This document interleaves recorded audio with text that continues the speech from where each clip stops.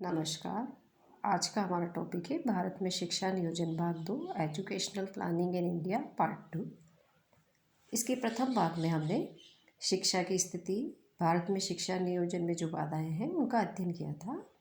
आज भाग 2 में हम शिक्षा के संदर्भ में जो सरकारी नीतियां हैं और शिक्षा संबंधी जो वित्त व्यवस्था है उसका अध्ययन प्रारंभ करते हैं।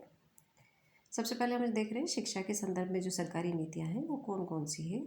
स्वतंत्रता के पश्चात भारत सरकार ने शिक्षा के विकास पर जोर देना प्रारंभ कर दिया, जिनके लिए उन्होंने कई शैक्षणिक नीतियां बनाई, जिसकी मुख्य विशेषता इस प्रकार है। विशेषताएं हम देख रहे हैं। राष्ट्रीय शिक्षा नीति 1968 की, कोठारी कमीशन 1964-66 की सिफारिश से 1968 में पहली राष्ट्रीय शिक्षा नीति लागू की गई, जिसकी मुख्य विशेषता इस प्रकार है। शैक्षणिक प्रणाली का संशोधन, शैक्षणिक प्रणाली को इस तरह से संशोधित किया जाए कि लोग उसे अपने दैनिक जीवन में अपना लें। दूसरा था शिक्षा के अवसरों में सतत वृद्धि होना। तीसरा, सभी स्तर पर शिक्षा का गुणात्मक सुधार होना। नेक्स्ट था वैज्ञानिक और तकनीकी शिक्षा का विस्तार, विद्यार्थियों के व्यक्तित्व को बनाने के लिए उनके नैतिक और सामाजिक मूल्यों का विकास करना। फिर नेक्स्ट था 14 वर्ष तक के आयु वर्ग के बच्चों को मुफ्त तथा अनिवार्य शिक्षा प्रदान करना, प्रादेशिक भाषाओं का विकास करना, शोध व विज्ञान के क्षेत्र में शिक्षा का समाजीकरण करना, कृषि और औद्योगिक शिक्षा का विस्तार करना। नेक्स्ट हम देखते हैं राष्ट्रीय शिक्षा नीति 1986 की।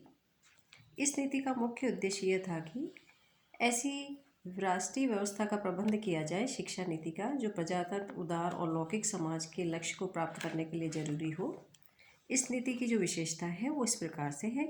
उचित शिक्षा का प्रावधान, शिक्षा की दृष्टि से जो पिछड़े वर्ग हैं जैसे कि महिलाएं, अनुसूचित जाति और अनुसूचित जनजाति, उनको उचित शिक्षा देने का प्रावधान हो इसमें। राष्ट्रीय शिक्षा का विस्तार। नेक्स्ट था शिक्षण संस्थाओं को सुदृढ़ बनाना, जैसे कि यूजीसी, तकनीकी शिक्षा काउंसिल, ICAR इत्यादि। बच्चों की शिक्षा पर विशेष ध्यान देना। नेक्स्ट था अनिवार्य शिक्षा तथा शिक्षा की गुणवत्ता में सुधार करना। साथ ही कोई भी विद्यार्थी को शारीरिक सजा नहीं मिलेगी तथा किसी को भी प्राथमिक स्तर पर फेल नहीं किया जाएगा। नेक्स्ट है माध्यमिक शिक्षा सुविधाओं का विस्तार करना, साथ ही इसे व्यावसायिक बनाना।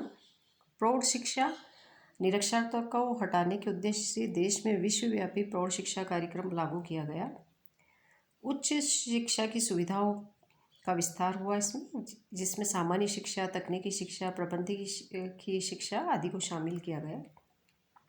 नेक्स्ट जो राष्ट्रीय शिक्षा नीति बनी वो 1992 की थी। राष्ट्रीय शिक्षा नीति 1992 के कार्यक्रम के राष्ट्रीय नीति के मूल उद्देश्यों पर जोर दिया गया।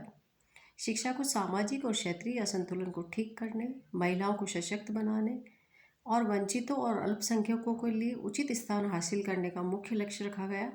प्राथमिकता वाले क्षेत्रों को मुफ्त और अनिवार्य शिक्षा, अशिक्षा का उन्मूलन, महिलाओं की समानता के लिए शिक्षा और अनुसूचित जाति की शिक्षा पर विशेष ध्यान देना चाहिए। उच्च शिक्षा की महत्ता को अंकित करते हुए कहा गया है कि उच्च शिक्षा व्यक्तियों में सामाजिक, आर्थिक, सांस्कृतिक, नैतिक और आलोचनात्मक मुद्दों पर सोचने का अवसर प्रदान करती है। नई शिक्षा नीति के बारे में अब हम बात करते हैं। नई शिक्षा नीति 2020 की। नई शिक्षा नीति 2020 भारत की शिक्षा नीति है, जिसे भारत सरकार द्वारा 29 जुलाई 2020 को घोषित किया गया है। इसकी विशेषताएं या प्रमुख बातें इस प्रकार से है। नई राष्ट्रीय शिक्षा नीति 2020 के तहत वर्ष 2030 तक सकल नामांकन अनुपात को 100% लाने का लक्ष्य रखा गया। नई शिक्षा नीति के अंतर्गत शिक्षा क्षेत्र पर सकल घरेलू उत्पाद के 6% हिस्से के सार्वजनिक व्यय का लक्ष्य रखा गया। मानव संसाधन प्रबंधन मंत्रालय का नाम परिवर्तित कर शिक्षा मंत्रालय कर दिया गया है। 5वीं कक्षा तक की शिक्षा में मातृभाषा, स्थानीय या क्षेत्रीय भाषा को शिक्षा के माध्यम के रूप में अपनाने पर बल दिया गया। देश भर के उच्च शिक्षा संस्थानों के लिए भारतीय उच्च शिक्षा परिषद नामक एक एकल नियामक की परिकल्पना इसमें की गई है। अब हम देखते हैं भारत में शिक्षा नियोजन को बढ़ाने में सरकार की क्या भूमिका रही है, उसके बारे में हम बात करते हैं। केंद्रीय सरकार और राज्य सरकार ने स्वतंत्रता के पश्चात शिक्षा के विकास के लिए कई कदम उठाए। दोनों सरकारों का मानना है कि शिक्षा का विकास सभी स्तर पर तेजी से होना चाहिए। इसके अलावा जिला साक्षरता समिति भी प्रौढ़ शिक्षा को प्रोत्साहन देने में अहम भूमिका निभा रही है। भारत सरकार ने शिक्षा के विकास के लिए जो कदम उठाए हैं वो इस प्रकार से है। प्रारंभिक स्तर पर संस्थानों, अध्यापकों और विद्यार्थियों की संख्या में वृद्धि करना, किताबों, मुफ्त यूनिफॉर्म और छात्रवृत्तियों के प्रबंधन की व्यवस्था करना, प्राथमिक शिक्षा या मिड डे मील स्कीम को प्रोटीन युक्त प्रोग्राम जो कि केंद्रीय सरकार द्वारा संचालित किया गया है उसको बनाया जाए, सर्व शिक्षा अभियान स्कीम को प्रारंभ करना।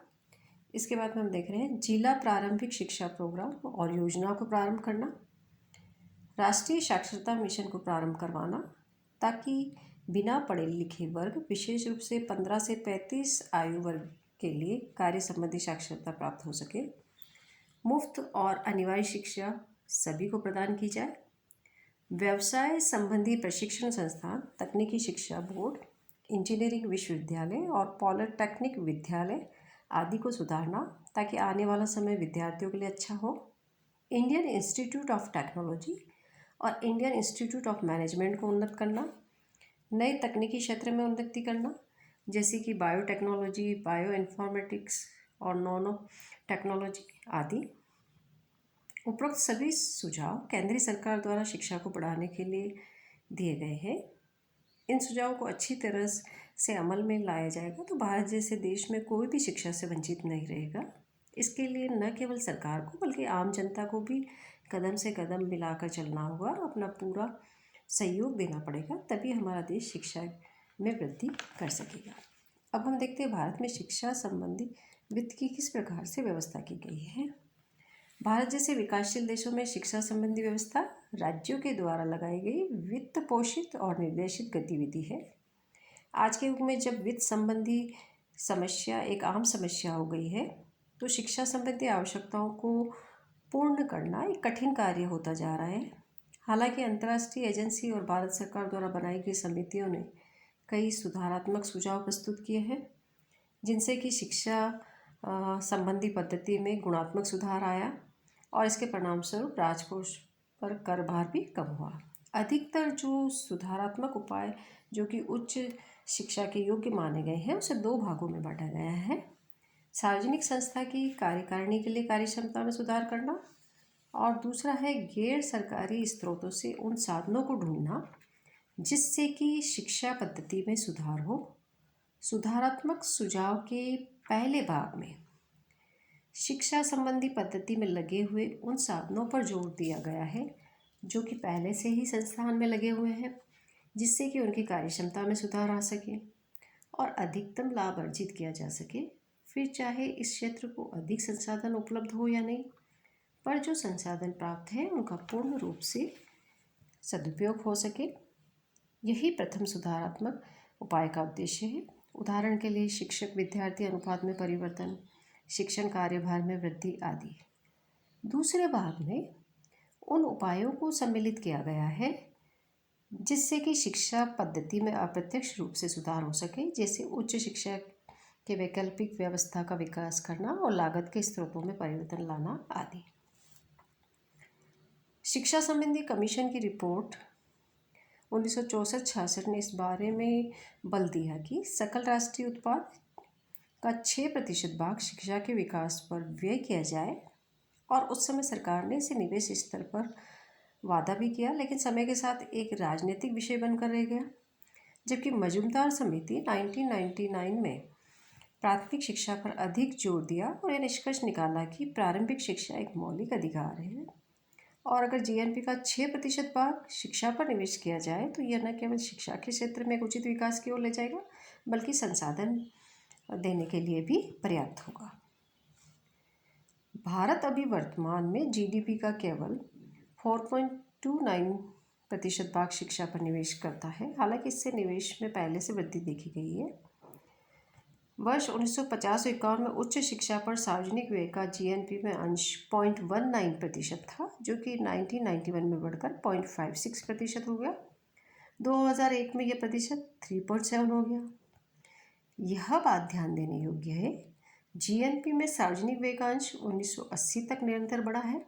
हालांकि 1970 में भारत जीएनपी का लगभग 1% भाग उच्च शिक्षा पर व्यय कर रहा है, लेकिन ये प्रवृत्ति 1980 में बदल गई और जीएनपी का यह भाग गिरकर 0.56% हो गया।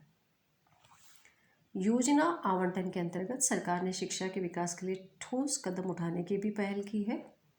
भारतीय प्रमाणों से ये बात उजागर हुई है कि शिक्षा पर जो आवंटन है वो सामान्य रूप से पंचवर्षीय योजनाओं के अंतर्गत गिरा है, जहाँ प्रथम योजना में कुल योजना को उसका 7.8% शिक्षा पर आवंटित किया गया, वहीं छठी योजना में ये गिरकर 2.7% हो गया।